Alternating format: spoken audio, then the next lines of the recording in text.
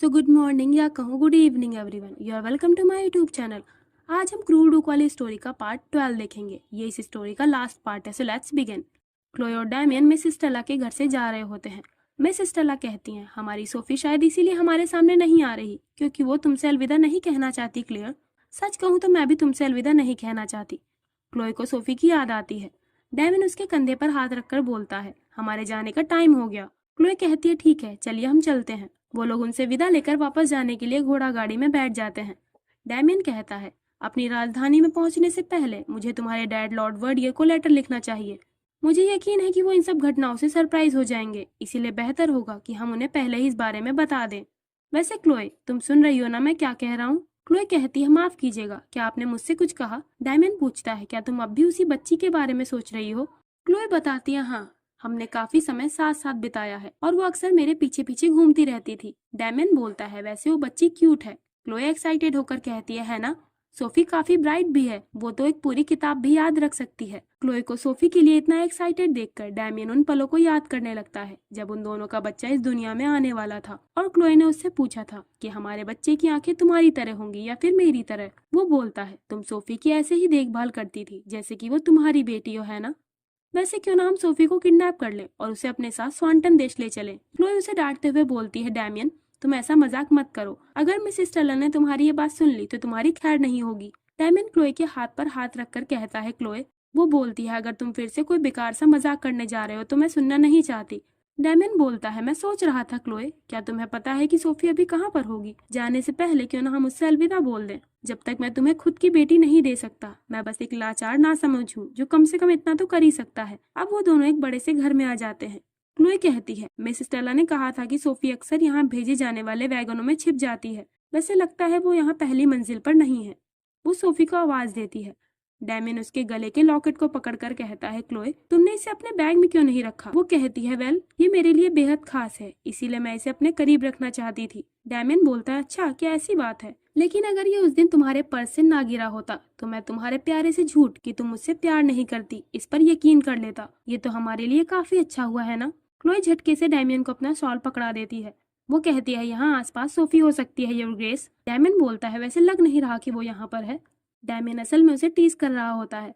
Chloe दूसरी मंजिल पर जाते हुए बोलती है, मैं उसे सेकंड फ्लोर पर ढूंढने जा रही हूँ, आप उसे नीचे के कमरों में देखिए। डैमियन नीचे के कमरों में उसे ढूंढने लगता है। क्लोए सेकंड फ्लोर पर जाकर सोफी को खोजने लगती है। उसे वहाँ पर सोफी का एक जूता पड़ा दिखाई देता है। क्लोए उसे उठाकर बोलती है, हमारी छोटी सोफी कहाँ चली गई? तुम तो छिपने में इतनी माहिर हो कि तुम्हें ढूंढना मुश्किल है। वो एक रूम के अंदर जाते हुए बोलती है, चलो देखते हैं क्या हमारी प्यारी सोफी यहाँ पर है। क्लोए अंदर जाती है पर यहाँ पर एक आदमी सोफी को किडनैप करके बैठा होता है। सोफी बहुत रो रही होती है। किडनैपर क्लोए से कहता है, अगर तुम इस बच्ची को जिंदा देखना चाहती हो तो जितनी जल्दी हो सके मेरे सवाल का जवाब दो, क्या डैमियन थीसे यहीं पर है? क्लोए ये सब देखकर शॉक्ड हो जाती है। वो सोचती है, क्या ये इंसान डैमियन की असली पहचान जानता है? ये कोई साधारण डाकू नहीं लग रहा। अब मैं क्या करूं? डैमियन आवाज देता है, क्लोए क्या तुम अभी भी ऊपर हो? क्लोए समझ नहीं पा रही होती कि वो क्या करे। वो डैमियन को डरते हुए आवाज देती है, हाँ मैं यहीं पर हूँ, और डैमियन एडिले भी यहीं पर है। लगता है ये हमारे अचानक जाने से काफी दुखी है। क्लोए मन में कहती है, प्लीज डैमियन तुम मेरा इशारा समझ जाओ। डैमियन अचानक दरवाजा खोलता है और उस किडनैपर को गोली मार देता है। डैमियन बोलता है, ये तो शुक्र है कि मिस्टर रिकार्डो की गन हमेशा गोलियों से भरी रहती है। तो सोफी के डैड का नाम मिस्टर रिकार्डो होता है। सोफी दौड़कर क्लोए को गले लगा लेती है। डैमियन बोलता है, क्लोए यहाँ रहना सुरक्षित नहीं, क्या तुम खड़ी हो पाओगी? क्लोए बताती है, वो किडनैपर, उसे तुम्हारे बारे में सब पता था, वो कोई साधारण इंसान नहीं था, क्या तुम इस बारे में जानते हो? डैमियन बोलता है, ऐसा लगता है जोहानिस मुझे देखने के लिए बहुत उतावला है। क्लोए तुम सोफी को लेकर यहाँ से वापस निकल जाओ, इस बंदूक में सिर्फ एक गोली बची है। क्लोए पूछती है, पर तुम्हारे बारे में क्या? डैमियन कहता है, अगर आसपास दूसरे लोग भी होंगे तो वो भी गोली की आवाज सुनकर इस ओर आ जाएंगे, इसीलिए। वो क्लोए के माथे पर चूमकर बोलता है, मैं यहीं पर रहूंगा और उससे निपट लूंगा माई लव, तुम बस सोफी को लेकर वापस लौट जाओ। तुम घुड़सवारी कर पाओगी है ना? क्लोए बोलती है, हाँ। लेकिन डैमियन, सोफी कहती है, मैं घर वापस जाने का एक शॉर्टकट जानती हूँ। डैमियन सोफी के सर पर हाथ रखकर बोलता है, क्या सच में? तुम बहुत बहादुर और समझदार लड़की हो सोफी, मुझे तुम पर यकीन है। अब हमें यहाँ ज्यादा समय बर्बाद नहीं करना चाहिए, जल्दी चलो क्लोए। वो कमरे से बाहर निकलते हैं। जोहानिस जोर से हंसते हुए हवेली के अंदर आने लगता है। वो आवाज देता है, डैमियन क्या तुम यहीं पर हो? डैमियन क्लोई और सोफी को एक दूसरे कमरे में ले जाने लगता है। वो कमरे में रखी एक अलमारी को खोलकर बोलता है, जब तक मैं ना बोलूं कि सब ठीक है तुम दोनों यहाँ अंदर ही रहना। क्लोई कहती है, पर डैमियन तुम आखिर क्या करने की सोच रहे हो? तुम उन सबका अकेले सामना नहीं कर सकते और अब तो तुम्हारे पास बंदूक भी नहीं है। डैमियन सोफी से कहता है, सोफी अभी हम छिपन छिपाई का गेम खेल रहे हैं, ठीक है? चाहे जो हो जाए तुम बाहर मत निकलना और कोई आवाज मत करना, समझी? क्लोए परेशान होकर बोलती है, डैमियन तुम क्या कहना चाह रहे हो कि मैं यहाँ छिपी रहूं और तुम्हें पिटता हुआ देखूं? तुम ऐसा सोच भी कैसे सकते हो? हाँ, डैमियन कहता है, गौर से सुनो क्लोए, जहाँ तक मैं जोहानिस को जानता हूँ वो आसान रास्ता कभी नहीं चुनेगा और मुझे इतनी जल्दी नहीं मारेगा। मुझे ये अच्छे से पता है कि मेरी पत्नी बेहद बहादुर लेडी है। याद रखो क्लोए, बहादुरी का मतलब जोश में होश खोना नहीं है, बल्कि बहादुरी सही समय पर पीछे हटने और समझदारी बनाए रखने में है। अगर तुम मुझसे प्यार करती हो तो तुम्हें मेरे खातिर बहादुर रहना होगा माय लव। इतना कहकर डैमियन क्लोए को वहाँ छिपाकर जोहानिस के पास चला जाता है। जोहानिस बोलता है, देखो तो जरा, ये तो मेरा प्यारा कजन डैमियन है। डैमियन जोहानिस से कहता है, तो आखिरकार तुम मेरे सामने आ ही गए जोहानिस। तुम बिना कोई सुराग छोड़े भाग गए थे तो मैंने सोचा कि तुम निपट चुके होगे। मैं तुम्हें काफी मिस कर रहा था मेरे भाई। जोहानिस गुस्से से बोलता है, अच्छा तो तुम मुझे मिस कर रहे थे? हाँ। वो डैमियन के हाथ पर गोली चला देता है। डैमियन बोलता है, अरे अरे, इतने समय बाद मिलने पर तुम मुझे ऐसे ग्रीट करोगे? हाँ। जोहानिस के गुंडे डैमियन का बाल पकड़ के उसे जोहानिस के सामने झुका देते हैं। वो बोलता है, तुम जरा खुद को देखो, ये तो बेहद शर्म की बात है कि मैं अकेला हूँ जो कभी न हारने वाले थीसे को अपने सामने घुटने टेकते हुए देख रहा हूँ। वो उसके पास आकर बोलता है, तो बताओ गद्दार, वो औरत कहाँ है? तुम्हें यहाँ तक लाने के लिए मैं उसे इनाम देना चाहता हूँ। डैमियन पूरे कॉन्फिडेंस से कहता है, मुझे डर है कि जब तुम मुझ पर गोली चला रहे थे मैंने उसे किसी सुरक्षित जगह पर छिपा दिया है। वैसे तुम्हें तो पता ही है ना, मैं काफी केयरिंग और थॉटफुल हस्बैंड हूँ। जोहानिस गुस्से से कहता है, पूरी तरह से खून से लथपथ होने के बावजूद भी तुम अपनी शेखी बगा रहे हो? हाँ। वो और उसके गुंडे बुरी तरह से डैमियन को पीटने लगते हैं। जोहानिस चिल्लाता है, तुम्हें नहीं पता कि उस निकम्मी औरत से शादी करके तुम कितने नीचे गिर चुके हो। क्लोई आवाज सुनकर घबराने लगती है। वो अलमारी खोलने चलती है, तभी सोफी उसका हाथ पकड़कर उसे रोक लेती है। सोफी का डरा हुआ चेहरा देखकर क्लोई को डैमियन की कही बात याद आती है कि चाहे जो हो, तुम बिना सोचे समझे जल्दबाजी में कोई काम मत करना। अगर तुम मुझसे प्यार करती हो तो तुम्हें बहादुर रहना होगा माय लव। देन डैमियन को भयानक तरह से पीटने के बाद जोहानिस अपने गुंडों से बोलता है, इसे यहाँ से लेकर चलो। वो लोग डैमियन को घसीटते हुए लेकर जाने लगते हैं। माहौल शांत होने पर सोफी बाहर झांकती है। वो बोलती है, मिस क्लेयर, लगता है वो लोग चले गए। क्लोई और सोफी अलमारी से बाहर निकलते हैं। वहाँ चारों तरफ डैमियन का खून पड़ा होता है। सोफी घबरा कर बोलती है, मिस क्लेयर, इतना सारा खून, मिस्टर टेलर के साथ आखिर क्या हुआ है? क्लोई परेशान होकर सोचती है, अब मैं क्या करूँ? डैमियन ने मुझे और सोफी को बचाने के लिए खुद को सरेंडर कर दिया होगा। मैं उसकी कमजोरी बन गई और मेरी वजह से ये सब कुछ हुआ। भले ही उसके गोलियों के घाव ज्यादा गहरे नहीं होंगे, लेकिन उसे पकड़ लिया गया तो इसकी कोई गारंटी नहीं कि डैमियन बच पाएगा। लेकिन अब मैं करूँ क्या? तभी सोफी जमीन की ओर इशारा करके बोलती है, मिस क्लेयर, वो देखिए, वहाँ कुछ लिखा है। डैमियन ने अपने खून से वहाँ लिखा होता है, माय लव, तुम मेरी ओर से इसे एक तोहफा समझो। क्लोई इस पल को याद करती है जब डैमियन ने उसे कहा था कि मैं थीसे नाम की कसम खाकर कहता हूँ, जो भी तुम्हारा मजाक बनाने की हिम्मत करेगा मैं उसका सिर तुम्हारे सामने ले आऊंगा माय वाइफ। ये सोचकर क्लोई जोर जोर से रोने लगती है। अब रात के समय क्लोई और सोफी मिस स्टेला के पास पहुंचते हैं।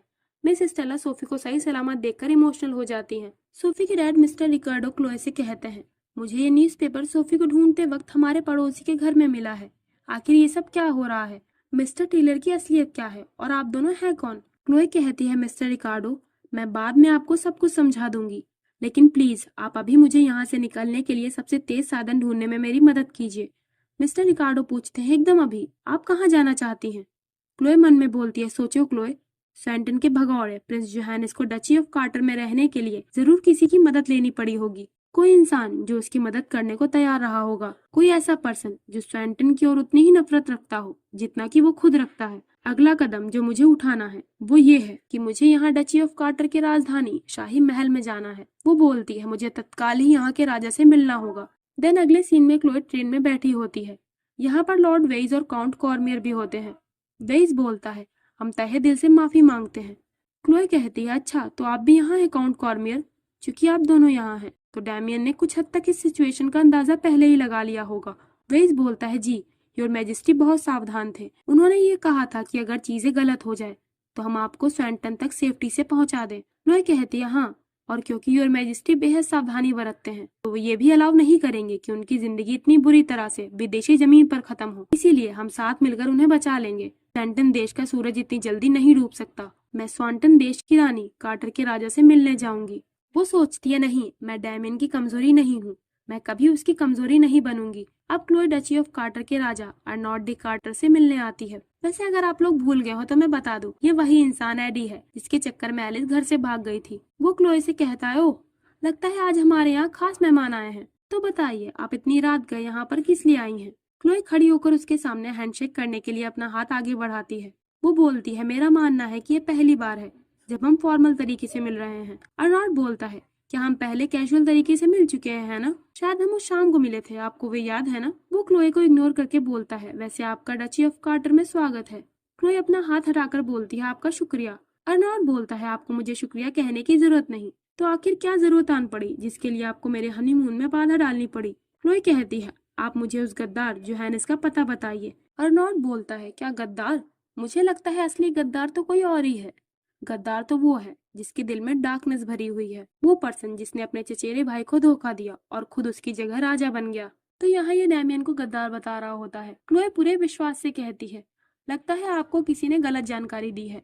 गद्दार तो वो है जो अपने देश में फैली भयानक बीमारी के दौरान खुद को बचाने के लिए भाग जाए, हम उसे ही गद्दार बोलते हैं।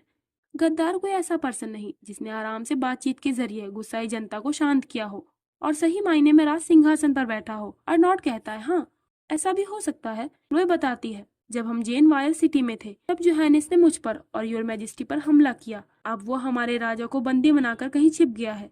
अर्नॉल्ड बोलता है, अरे अरे, फिर तो आप बहुत चिंता में होंगी, है ना?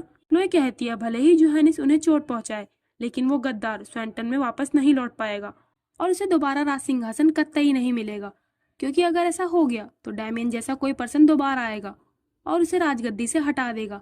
अर्नॉल्ड पूछता है, और वो कौन होगा? क्लोए कहती है, वो कोई भी हो सकता है। हमारे थीसिया हाउस का मानना है कि सबसे लायक पर्सन को ही देश की सत्ता संभालनी चाहिए। इसमें जेंडर और स्टेटस की कोई पाबंदी नहीं, और स्वैनटन देश के साथ बिजनेस को नॉर्मल बनाना आपके देश के लिए बुरा नहीं होगा। अगर बाई चांस जोहानिस राजगद्दी हथिया भी ले तो उसे जल्द ही इस्तीफा देना पड़ेगा। और सबसे खास बात, अगर हमारे देश के बीच रिश्ते बिगड़ते हैं तो इसका खामियाजा हमारी जनता को भुगतना पड़ेगा, जो कि सही नहीं। ये सब सुनकर अर्नॉल्ड बोलता है, ठीक है, मैं आपकी बात समझता हूँ, लेकिन मुझे डर है कि मैं आपको जोहानिस के ठिकाने के बारे में कुछ भी नहीं बता सकता, क्योंकि आप इतनी दूर से आई हैं। तो क्यों ना जाने से पहले आप यहाँ की चाय का लुफ्त उठा लें। हालांकि लगता है आपको यहाँ की चाय पसंद नहीं आई और आपने इसे ठंडा कर दिया है। क्लोए बोलती है, मुझे लगा था कि आप समझ पाएंगे। क्या आपके पास जोहानिस का बचाव करने के पीछे कोई वजह है? अर्नॉल्ड हंसते हुए बोलता है, लगता है आप पूछताछ कर रही हैं लेडी। शायद आप ठीक से समझ ना पाए, इसीलिए मैं आपको आसानी से बताने की कोशिश करता हूँ। तो सीधे शब्दों में कहूँ तो स्वैनटन के लोग बर्दाश्त से बाहर हैं। क्लोए सोचती है, मैं चाहे जो कहूँ ये मेरी बात मानने को तैयार नहीं। क्या मैं अपने घुटनों पर आकर इससे भीख मांगू? लेकिन पता नहीं इससे भी काम बनेगा या नहीं। वो अपने सामने डैमियन को इमेजिन करती है। वो बोलता है, क्लोए, तुम ऐसा मत करना। एक रानी का घुटनों पर आना ये सही नहीं होगा। तुम जल्दबाजी ना करो और इस इंसान की कमजोरी के बारे में सोचो। क्लोए सोचती है, इसकी कमजोरी? हाँ। वो अर्नॉल्ड से कहती है, एलिस, मुझे अपनी बहन एलिस से मिलना है। वर्डियर हाउस की बेटी होने के तौर पर मैं उससे मिलना चाहती हूँ। अर्नॉल्ड सख्त आवाज में बोलता है, लगता है आपसे कोई भूल हुई है। उसने अपने पूरी परिवार को छोड़कर मुझे चुना है, तो मैं भला उसे तुमसे मिलने की परमिशन क्यों दूं? तभी दरवाजा खुलता है और एलिस वहां आ जाती है। अर्नॉल्ड वहां खड़ी मेड से कहता है, मैंने तुमसे बोला था कि दरवाजा बंद रखना। एलिस अंदर आते हुए बोलती है, इसमें मेड की कोई गलती नहीं, मैं खुद यहाँ पर आई हूँ। वो क्लोए के पास जाने लगती है, तभी अर्नॉल्ड उसका हाथ पकड़कर उसे रोक लेता है। वो बोलता है, तुम चैन से सो रही थी, इसीलिए मैं तुम्हें जगाना नहीं चाहता था माय लव। एलिस बोलती है, चुप करो और यहाँ से चले जाओ। वो अर्नॉल्ड को खुद से दूर हटाने लगती है। क्लोए गौर से उन दोनों को साथ में देख रही होती है। वो डैमियन को काफी मिस कर रही होती है। देन अर्नॉल्ड के रूम से चले जाने पर एलिस क्लोए से कहती है, मुझे माफ करना क्लोए, मैं नहीं चाहती थी कि तुम मुझे इस तरह से देखो। क्लोए एलिस के गालों पर हाथ रखकर बोलती है, तुम स्माइल करो एलिस, तुम यहाँ पर खुश हो। एलिस कहती है, हाँ, तुम्हें नहीं पता कि जब मैंने ये सुना कि तुम यहाँ पर हो मैं कितनी सरप्राइज हो गई थी। क्या कोई बात है क्लोए? क्लोए कहती है, एलिस, क्या तुम्हें वो बात याद है जब तुमने मुझसे ये वादा किया था कि तुम एक दिन मेरी मदद करोगी? एलिस पूरे जोश के साथ बोलती है, हाँ बेशक मुझे याद है, भले ही मैं ऐसी दिखती हूँ पर मैं एक रानी हूँ। क्लोए रिक्वेस्ट करती है, तो प्लीज पहली और आखिरी बार मुझे तुम्हारी मदद चाहिए, प्लीज तुम मेरे पति को बचा लो। पर नहीं, मैं उन्हें खुद बचा लूंगी, बस मुझे तुम्हारी मदद चाहिए एलिस। उन्होंने एक बार मुझसे कहा था, क्लोए, तुम अपने चाहने वालों की खुशी की कामना कर सकती हो, पर क्या तुम ये नहीं जानती, तुम जिन्हें प्यार करती हो वो भी तुम्हें खुश देखना चाहते हैं, है ना? वो रोते हुए बोलती है, क्या तुम मुझे ये दिखा सकती हो कि मैं उनकी इस बात पर यकीन कर सकूं? क्लोए डैमियन के साथ बिताए गए पलों को याद करने लगती है। वो एलिस से कहती है, मैं उन्हें बहुत प्यार करती हूँ एलिस, मुझे लगता है मैं खुद से भी ज्यादा उन्हें प्यार करने लगी हूँ। प्लीज तुम उन्हें बचाने में मेरी मदद करो एलिस। एलिस कहती है, क्लोए, क्या तुम्हें पता है मैं अब तक इतनी लापरवाही से जीने से क्यों बच पाई हूँ? इसका एकमात्र कारण यह है कि तुम हमेशा मेरे साथ थी, तुमने हर कदम पर मेरा साथ दिया। इसीलिए क्लोए, तुम्हें बिल्कुल भी आइडिया नहीं है कि मैं कितनी खुश हूँ कि तुम मुझसे मदद मांग रही हो। चाहे जो भी हो, मैं तुम्हारे पति को ढूंढने के लिए हर कोशिश करूंगी, तुम बस थोड़ी देर रुको। एलिस उसे गले लगा लेती है। अब क्लोए कमरे में अकेली होती है। वो डैमियन की सलामत होने के लिए पूरा दिल लगाकर प्रे कर रही होती है। उसे अपने सामने डैमियन की इमेज दिखती है। वो उससे कह रहा होता है, माय लव, तुमने अच्छा किया, अब सब ठीक है, अभी भी देर नहीं हुई है, तुम्हारे पास अब भी कई सारे मौके मौजूद हैं। क्लोए सोचती है, मैं तो ये भी नहीं जानती कि तुम इस समय क्या कर रहे होगे, लेकिन मुझे पता है तुमने मेरी मौत को भी चुनौती दी थी। मैं तुम्हें हर चीज की कीमत चुकाना चाहती थी और मैं चुकाऊंगी भी डैमियन। डैमियन, मैं तुमसे दूर नहीं रह सकती। देन अगले सीन में हम देखते हैं क्लोए और डैमियन एक घोड़ा गाड़ी में बैठे होते हैं। डैमियन नींद में होता है। क्लोए उससे कहती है, योर ग्रेस आप उठिए, हम पहुंच चुके हैं। डैमियन धीरे से अपनी एक आंख खोलकर उसकी ओर देखता है। जैसे ही क्लोए उसकी ओर मुड़ती है, वो दोबारा से अपनी आंखें बंद कर लेता है। क्लोए अपनी सीट से उठकर उसके चेहरे के पास जाती है। तभी डैमियन बोलता है, तुम ये क्या कर रही हो? उसने डैमियन के गाल पर उसकी फोटो वाला स्टैम्प चिपका दिया होता है। वो बताती है, योर ग्रेस आप जग नहीं रहे थे, तो मैंने सोचा कि मैं देख लूं कि ये स्टैम्प की फोटो सच में आप जैसी है या नहीं। वैसे चलिए हम चलते हैं। डैमियन उस स्टैम्प को अपने गालों से हटाकर क्लोए के माथे पर लगा देता है। वो बोलता है, तुम सामने से ज्यादा खूबसूरत लगती हो क्लोए। वो क्लोए को अपनी ओर खींचता है। क्लोए बोलती है, डैमियन अभी इसके लिए समय नहीं है। अब प्रेजेंट टाइम में डैमियन अपनी आंखें खोलता है। वो ये सपना देख रहा होता है। जोहानिस ने पूरे इंतजाम के साथ उसके हाथ पैर एक चट्टान में जंजीर से बांध रखे होते हैं और वो किसी सुनसान जगह पर होता है। डैमियन सोचता है, अगर सब कुछ प्लान के मुताबिक हुआ होगा तो वेज और कॉर्मियर ने क्लोए को सही सलामत स्वांटन तक पहुंचा दिया होगा। लेकिन अगर मैं वापस नहीं जा पाया तो डची ऑफ कार्टर में आने से पहले डैमियन ने स्वांटन में ये कागजात तैयार करवा दिए थे कि अगर वो डची ऑफ कार्टर से जिंदा वापस नहीं लौट पाया तो स्वांटन की राजगद्दी पर रानी क्लोए बैठेगी और पूरा देश अपनी पहली रानी का स्वागत करेगा। उसके ना रहने पर इस वसीयत का सही मायने में पालन किया जाएगा। तो आखिर मानना पड़ेगा, डैमियन ने पहले ही पूरी तैयारी कर रखी थी। वो सोचता है, काश सिर्फ एक बार मैंने क्लोए को उस समय एक बार और गले लगा लिया होता। जोहानिस अपने गुंडे के साथ डैमियन के सामने आकर बोलता है, शक्तिशाली डैमियन थीसे को यहाँ डर से कांपते हुए देखना काफी अच्छा सीन है। डैमियन इस पर कोई एक्सप्रेशन नहीं देता। जोहानिस चिल्लाकर बोलता है, तुम मौत के सामने खड़े हो लेकिन तुम्हारे अंदर जरा भी खौफ नहीं है, तुम कुछ बोलते क्यों नहीं? हाँ। डैमियन झटक कर उसकी ओर आगे बढ़ता है। जोहानिस डर जाता है। डैमियन हंसते हुए बोलता है, क्या हुआ जोहानिस, लगता है तुम्हारी पैंट गीली हो गई है ना? जोहानिस बोलता है, चुप करो, तुम्हें पता भी है तुम कौन सी सिचुएशन में हो? हाँ। डैमियन कहता है, तुम चाहे जो कर लो, तुम कभी भी मुझसे बेहतर नहीं हो पाओगे। ये सच्चाई है, भले चाहे तुम इसे एक्सेप्ट करो या ना करो। जोहानिस गुस्से में चाकू से उस पर वार करता है। वो बोलता है, मेरे प्यारे भाई, क्या मैं तुम्हारा मुंह बंद करने के लिए तुम्हारी घमंड से भरी मर्दानगी को ही खत्म कर दूं? डैमियन बोलता है, जोहानिस तुम तो बहुत चीप निकले, तुम्हें तो मेरे दिल पर वार करना चाहिए था। तुम नीचे की ओर वार करके अपना हाथ क्यों गंदा कर रहे हो? हाँ। जोहानिस फ्रस्ट्रेटेड होकर कहता है, ठीक है डैमियन, तुम जैसा चाहो, मैं तुम्हारा दिल निकाल कर उसे अपनी मुट्ठी से कुचलूंगा। मैं तुम्हारे खून से अपना नाम लिखूंगा और तुम्हारे बॉडी के चीथड़े उड़ा दूंगा। डैमियन बोलता है, वैसे तुम्हें ये बेवकूफी भरे रिचुअल्स किसने सिखाए हैं? क्या तुम्हें लगता है ये सब करने से तुम राजा बन जाओगे? मैं तुमसे कहीं ज्यादा सफल और काबिल हूँ, लेकिन तुमने तो सिर्फ मेरी महानता का पीछा किया। तुम मेरे हर काम में दखलंदाजी करते थे। तुम्हें लगा कि तुमने मेरी वजह से अपनी जगह खो दी है। तुम कितने दयनीय हो कि तुम्हारे मेंटल डिसेबिलिटी का दोष तुम मुझ पर मढ़ रहे हो। मेरे बिना तुम स्वांटन के सिंहासन पर भी रहने के लायक नहीं, समझे? वैसे मैं ये मानता हूँ कि ये समय तुम्हारे लिए गर्व करने का है, लेकिन तुम्हें पता है हर चमकती चीज सोना नहीं होती। ये सुनकर जोहानिस आग बबूला हो जाता है। वो चिल्लाते हुए उस पर हमला करने के लिए आगे बढ़ता है।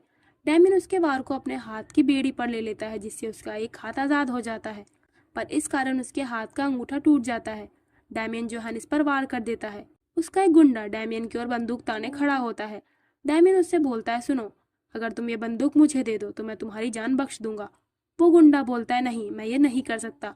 डैमियन कहता है, अच्छा क्या ऐसी बात है, लेकिन ये तो बहुत बुरा हुआ। वो उसके पैर पर चाकू से हमला कर देता है, जिससे उसके हाथ से बंदूक छूट जाती है और डैमियन के पैरों के पास आकर गिर जाती है। डैमियन बंदूक से उस गुंडे को खत्म कर देता है। वो गोली चलाकर अपना दूसरा हाथ और एक पैर की बेड़ी तोड़ देता है, पर अब उस बंदूक में सारी बुलेट्स खत्म हो जाती है और उसका एक पैर अभी भी बेड़ियों से जकड़ा होता है। तभी ऊपर से कुछ विस्फोट होने की आवाज आती है। जोहानिस, जो कि घायल होता है, वो हंसते हुए कहता है, तुम यहीं पर मर जाना, समझे?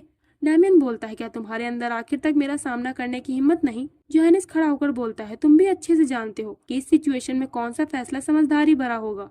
तुम्हारे साथ अच्छा हो रहा है। जब तुम इन चट्टानों के बीच कुचल दिए जाओगे तो मैं यहाँ आकर तुम्हारी लाश को ठिकाने लगाऊंगा। इतना कहकर जोहानिस वहां से भाग लेता है। एक पैरों में बेड़ी होने की वजह से डैमियन वहां से हिल नहीं पा रहा होता। इधर हमारी रानी क्लोए लॉर्ड वेज और काउंट कॉर्मियर के साथ डैमियन को बचाने के लिए आ रही होती है। देन एक फ्लैशबैक में हम देखते हैं एलिस क्लोए को बता रही होती है कि लोबी का पहाड़, उस पहाड़ की चोटी पर एक पुराना मंदिर है। यही वो जगह है जहाँ जोहानिस छिपा हुआ है। बदकिस्मती से मुझे केवल इतनी ही जानकारी मिली। इसके लिए तुम मुझे माफ कर दो क्लोए। देन प्रेजेंट टाइम में क्लोए उस पहाड़ की चोटी पर बने मंदिर में पहुंचती है। यहाँ पर चारों ओर आग लगी होती है। क्लोए को वहाँ एक नक्शा पड़ा दिखाई देता है। कॉर्मियर बोलता है, लेडी क्लोए, लगता है मैजिस्ट्री यहाँ पर नहीं है। आग बढ़ने से पहले हमें यहाँ से निकलना होगा। क्लोए इस नक्शे को उठाकर बोलती है, नहीं, डैमियन जरूर यहीं पर है। क्लोए उसे ढूंढने के लिए जाने लगती है। कॉर्मियर उसे आवाज देता है, रुकिए, आग फैलती जा रही है, हमें आपको किसी सुरक्षित जगह पर ले जाना चाहिए। क्लोए दौड़ते हुए पहाड़ के छोर तक पहुंच जाती है। वो निराश होकर सोचती है, ऐसा क्यों होता है कि हमें लगता है जो पल हमेशा के लिए हमारे साथ रहेंगे वो भी आखिर में खत्म हो जाते हैं। मैंने जिद करते हुए अपने गुरूर को थामे रखा। मैंने कभी भी उन कीमती पलों का मोल नहीं समझा, लेकिन आखिर में अब मैं ये स्वीकार करती हूँ कि वो नोबल घमंड से भरी क्लोए वर्डियर तो पहले ही मर चुकी है। मैं कभी भी वो क्लोए वर्डियर नहीं बन सकती जो मैं तुमसे मिलने से पहले थी डैमियन। इसीलिए योर ग्रेस, आपको हमेशा के लिए मेरी जिम्मेदारी लेनी ही होगी। क्लोए रोते हुए जोर से चिल्लाती है, डैमियन, डैमियन, अभी बहुत सी बातें हैं जो मुझे तुमको बतानी है। मैं तुम्हारा इंतजार कर रही हूँ। भले ही तुम्हें आने में कितना भी समय लग जाए, मैं तुम्हारा इंतजार करती रहूंगी। इधर पहाड़ के निचले हिस्से में डैमियन शांति से लेटा होता है। उसके एक पैर में जंजीर बंधी होती है। वो सोचता है, क्या वाकई यहाँ पर मेरा अंत हो जाएगा? ये कितनी बुरी और नीचता भरी मौत होगी। अगर कॉर्मियर और वेस के अंदर थोड़ी भी समझ होगी तो वो लोग क्लोए को मेरी डेड बॉडी देखने की इजाजत नहीं देंगे। क्लोए, माय लव, मुझे इस दुनिया से मुस्कुराते हुए जाने में मेरी मदद करो।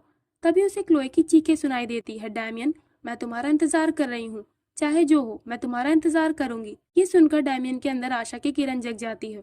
वो मुस्कुराकर बोलता है, जब तुम ऐसी खतरनाक जगह पर हो माय लव, तो मैं अपने आप को भला कैसे मरने दे सकता हूँ। वो निकलने की कोशिश करने लगता है। कॉर्मियर क्लोए से कहता है, लेडी क्लोए, ये बहुत खतरनाक है, हमें इस पहाड़ से नीचे उतरना चाहिए। क्लोए उसका हाथ झटक कर कहती है, नहीं, मुझे छोड़ दो, मैं जानती हूँ वो मरे नहीं है, ऐसा नहीं हो सकता। डैमियन थी से ऐसे नहीं मर सकता। उसी समय पीछे से आवाज आती है, तुमने सही कहा, वो मरा नहीं है, तो तुम रो क्यों रही हो? ये डैमियन होता है। वो बोलता है, माय वाइफ, तुमने ऐसी हालत क्यों बना रखी है जैसे तुमने अपने पति की डेड बॉडी देख ली हो। क्लोए तुरंत दौड़कर उसे गले लगा लेती है। डैमियन स्माइल करते हुए बोलता है, क्लोए, मैं यहीं पर हूँ, अब सब कुछ ठीक है, तुम परेशान ना हो। तुम तो इतनी जोर से चिल्ला रही थी कि शायद तुम्हारी आवाज फैंटन तक पहुंच जाती। क्लोए पूछती है, सच में तुम यहाँ हो ना डैमियन? डैमियन कहता है, क्या तुम्हें वाकई ये लगा कि तुम्हारा पति मर गया? क्लोए उसे कसकर पकड़कर बोलती है, नहीं, बिल्कुल भी नहीं, मैं हर वक्त सिर्फ प्रे करती रही और मैं एक पल के लिए भी सो नहीं पाई। उस दिन जब वर्डियर स्टेट के जंगलों में तुमने मेरी छड़ी तोड़ दी थी, मैं तुमसे बेहद नफरत करती थी। फिर भी मेरा दिल तेजी से धड़क रहा था और मुझे इससे और भी ज्यादा नफरत हो रही थी, लेकिन इसके बावजूद मैंने तुमसे शादी की। अगर मैं तुमसे सच में नफरत करती तो मैं कब का भाग चुकी होती। डैमियन बोलता है, हाँ हाँ, बेशक माय लव, वैसे अगर तुम भाग गई होती फिर भी अंत में तुम मुझसे प्यार करने लगती, समझी?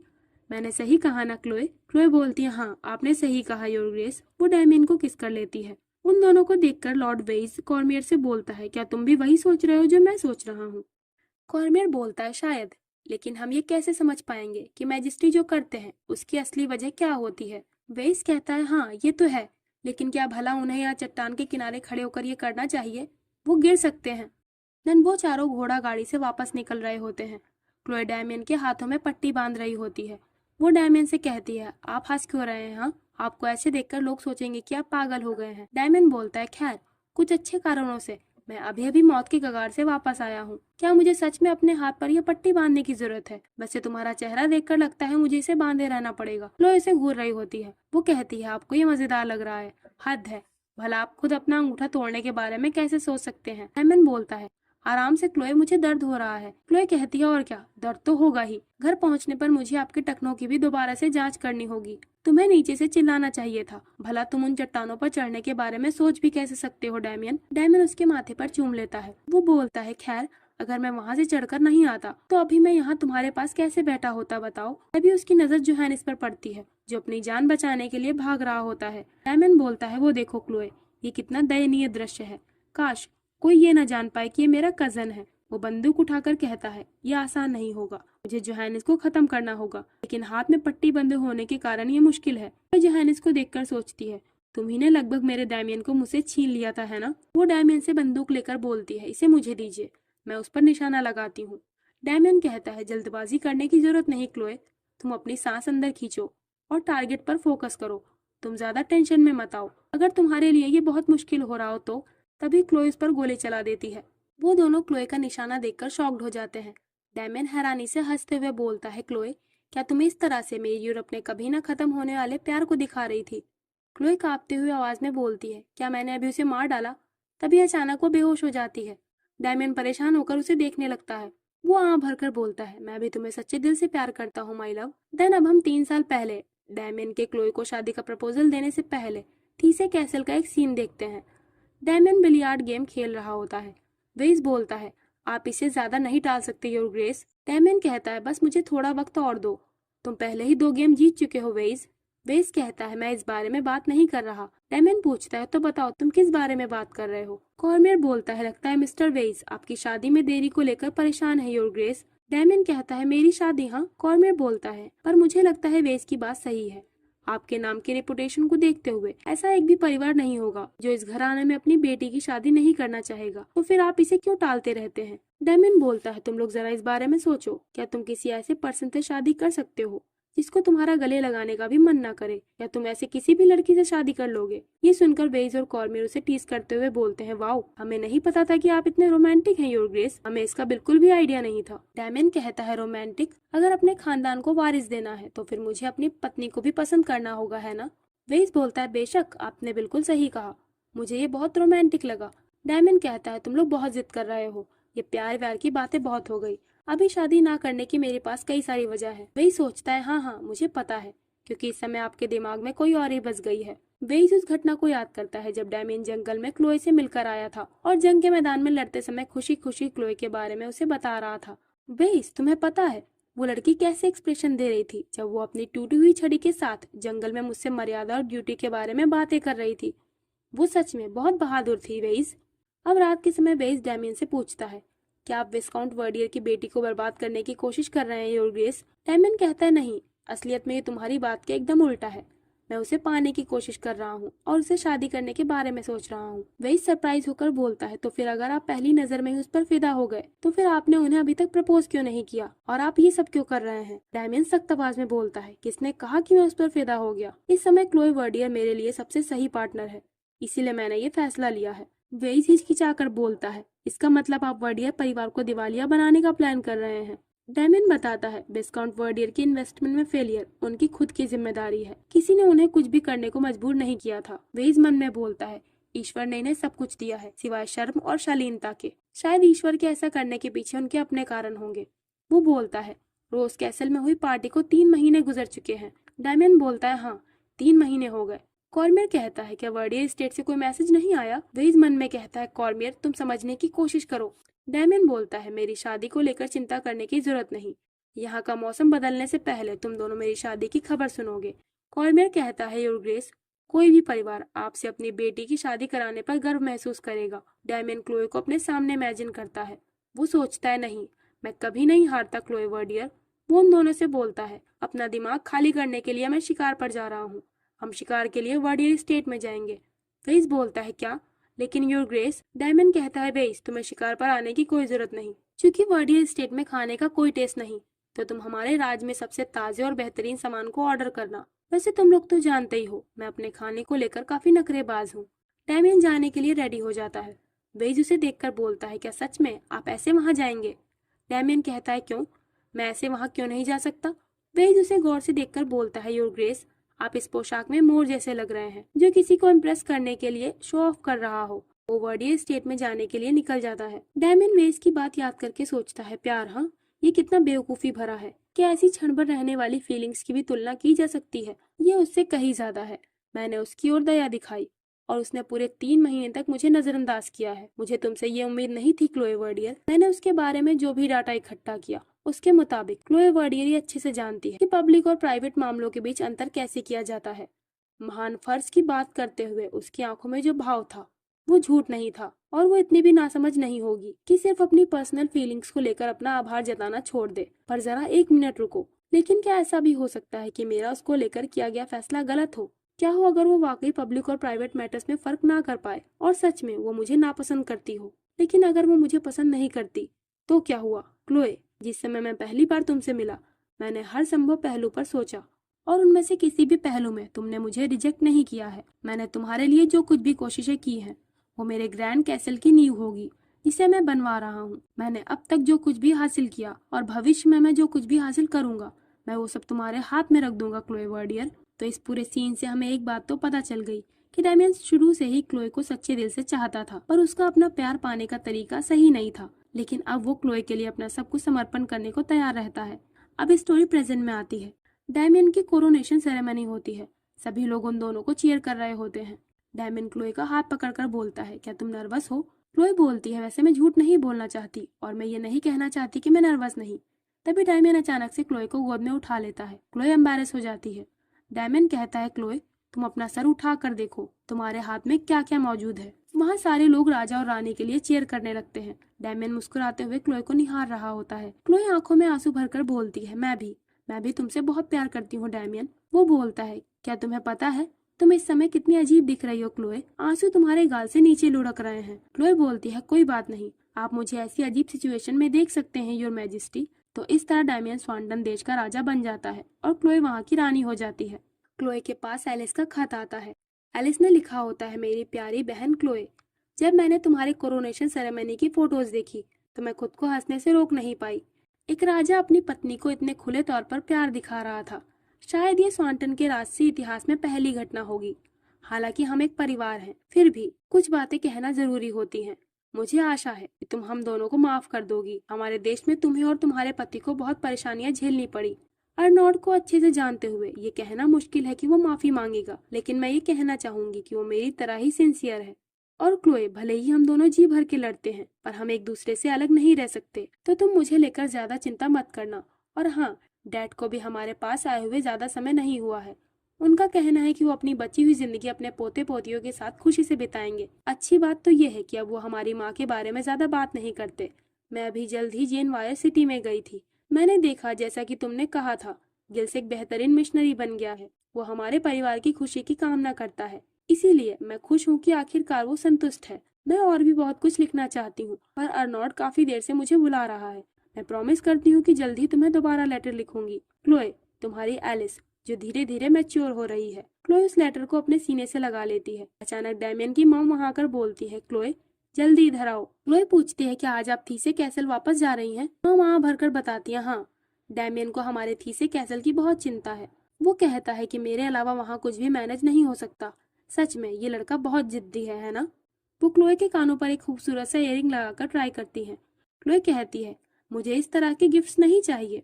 वैसे भी आपने मुझे पहले ही बहुत सारे गहने दे दिए हैं। मॉम बोलती है, हे भगवान क्लोए, तुम बहुत कम खर्च करती हो। तुम्हें अपने अपीयरेंस को भी बनाए रखना चाहिए, समझी? तुम्हारी बहन एलिस हर तरह के जेवर से लदी होती है। क्या तुम्हें इससे जरा भी जलन नहीं होती? डची के मुकाबले हमारे पास पैसे की कमी नहीं है। स्वांटन में इतना हैंडसम राजा और इतनी खूबसूरत रानी है। क्लोए पूछती है, क्या मैं भी आपके साथ थीसे कैसल चलकर आपका हाथ बटाऊं? मॉम बोलती है, माय डियर, तुम्हें ये सच में पता है कि मेरे बेटे को कैसे परेशान करना है ना? क्लोए उनसे माफी मांगने लगती है। मॉम कहती है, तुम्हें माफी मांगने की जरूरत नहीं क्लोए, अब तुम मेरी बेटी हो और बच्चे तो अपने पेरेंट्स को परेशान करते ही हैं। मैंने सही कहा ना? मुझे मालूम है कि तुम्हारे मॉम डैड भी तुमसे यही कहते। तभी डैमियन पीछे से आकर क्लोए के कंधे पर हाथ रखता है। वो कहता है, मुझे थोड़ी जलन हो रही है। वैसे जब मैं जंग पर जा रहा था तब किसी ने मुझे इतने अच्छे से विदाई नहीं दी थी। अगर आप दोनों ऐसे ही रहने वाले हैं तो मॉम, शायद आपको क्लोए को भी अपने साथ में ले जाना चाहिए।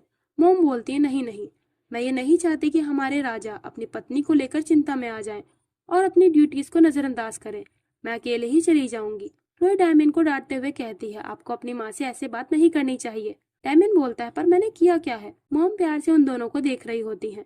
अब शाम के वक्त क्लोए और डैमियन गार्डन में टहल रहे होते हैं। क्लोए कहती है, इन दिनों ऐसा लग रहा है जैसे सभी लोग मुझसे काफी फॉर्मल तरीके से बिहेव कर रहे हैं। डैमियन कहता है, रानी की और इज्जत से पेश आना आम बात है, और तुम इस कैसल के हेड भी तो हो।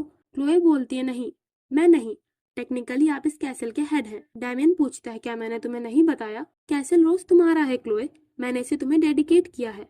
क्लोए हैरानी से पूछती है, क्या? ये कब हुआ? डैमियन बताता है, वैसे कागज पर तो ये तब हुआ जब तुमने कुछ समय के लिए मुझे छोड़ दिया था, लेकिन मैंने इस कैसल को तुम्हें डेडिकेट करने का फैसला बहुत पहले ही कर लिया था। वैसे क्या तुम जानना नहीं चाहती कि ये कब हुआ? क्लोए बताती है, शायद मुझे पता है। डैमियन बोलता है, क्या सच में? तो बताओ। क्लोए कहती है, मेरे ख्याल से ये तब हुआ जब आपने पहली बार मुझे यहाँ पार्टी में इनवाइट किया था, है ना? डैमियन बोलता है, सही कहा। तो फिर तुम्हें यह भी पता होगा माय लव कि मैं उस वक्त यहाँ क्या करना चाहता था। क्लोए कहती है, हाँ, मुझे पता है। डैमियन क्लोए के सामने अपने घुटनों पर बैठकर बोलता है, क्लोए माय वाइफ, तुम मेरी गरिमा फैलाने में हमेशा मेरी मदद करना, तुम हमेशा मेरे साथ रहना। वो क्लोए को गोद में उठा लेता है। तो इस तरह दोनों साथ में खुशी से जिंदगी बिताने लगते हैं। तो ये स्टोरी यहीं पर खत्म हो जाती है। कुछ सीन्स में हम देखते हैं कि क्लोए 2 जुड़वा बच्चों को जन्म देती है, एक बेटा और एक बेटी। इसकी कोई साइड स्टोरी नहीं है, तो इसीलिए ये सीरीज यहीं पर एंड हो जाती है। मुझे आशा है कि आपको ये मानवा पसंद आई होगी। वैसे अगर आप कोई मानवा का एक्सप्लेनेशन चाहते हो तो कमेंट जरूर करना, मैं जल्द ही किसी नई स्टोरी को एक्सप्लेन करना शुरू करूंगी।